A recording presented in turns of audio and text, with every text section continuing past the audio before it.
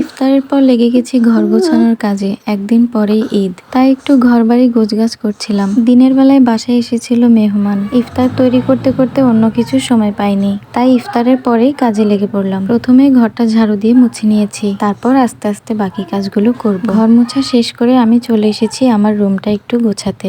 গ্রামের বাড়িতে আসলে আমি আর আমার হাজবেন্ড এই রুমেই থাকি। একটা বিছানার চাদর বের করে নিয়েছি, সেটাই পেতে দিলাম। রুমে খুব বেশি ফার্নিচার নেই, এই রুমে শুধু আমরা আসলেই থাকি, তাছাড়া রুমে কেউ থাকে না।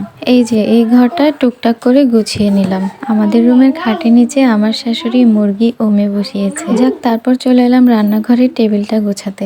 সবকিছু পরিষ্কার করে নিয়ে টেবিলে একটি টেবিল ক্লথ বিছিয়ে দিলাম। এটা আমি আসার সময় নিয়ে এসেছিলাম। তারপর সোফার জন্য কাভারগুলো বের করে নিয়েছি। অন্যদিকে আমার শ্বশুর সামনের রুমে জানালার পর্দাগুলো লাগিয়ে দিল। এগুলো করতে করতে অনেকটা রাত হয়ে গেছে। খাবার খেতে বসে গিয়েছি। আমার শাশুড়ি মুরগির মাংস রান্না করেছে, তার সাথে আমি নিয়েছি একটা বোম্বাই মরিচ। বোম্বাই মরিচ কিন্তু অনেক ভালো লাগে খেতে। মরিচটা ঝালও ছিল, আবার অনেক সুন্দর গ্রানও আসছিল। ভাত খাওয়া শেষ করে ঘুমিয়ে পড়েছিলাম। পরের দিন ছিল জুমার দিন। আমার জামাই নামাজ পড়ে এসে সোফাতে কাভারগুলো লাগিয়ে দিল। এই ঘরটাও মোটামুটি গোছানো হয়ে গিয়েছে। রমজান মাসটা জানি কিভাবে পার হয়ে গেল। আজকের রোজাটাই শেষ রোজা। শেষ রোজার ইফতারের জন্য আজকে আর ছোলা মুড়ি করিনি। আজকে ইফতারের জন্য পিঠা বানানো হচ্ছে। এই পিঠাটাকে আমাদের এদিকে বলে ছই পিঠা। আপনারা এটাকে কি পিঠা নামে চিনেন অবশ্যই কমেন্ট করে জানাবেন। মাগরিবের আজান দিয়ে দিয়েছে, আমরা ইফতার করে নিলাম। ইফতার করেছি পিঠা দিয়ে আর তরমুজ দিয়ে। আজকে চাঁদ রাত, একটু পরে সবাই মেহেদি নিয়ে বসে পড়েছে। ছোট বড় সবাই আজকে মেহেদি লাগাবে আর অনেক মজা করবে। ভিডিওটা এই পর্যন্তই। সবাই ভালো থাকবেন, সুস্থ থাকবেন। সবাইকে অগ্রিম ঈদ মোবারক।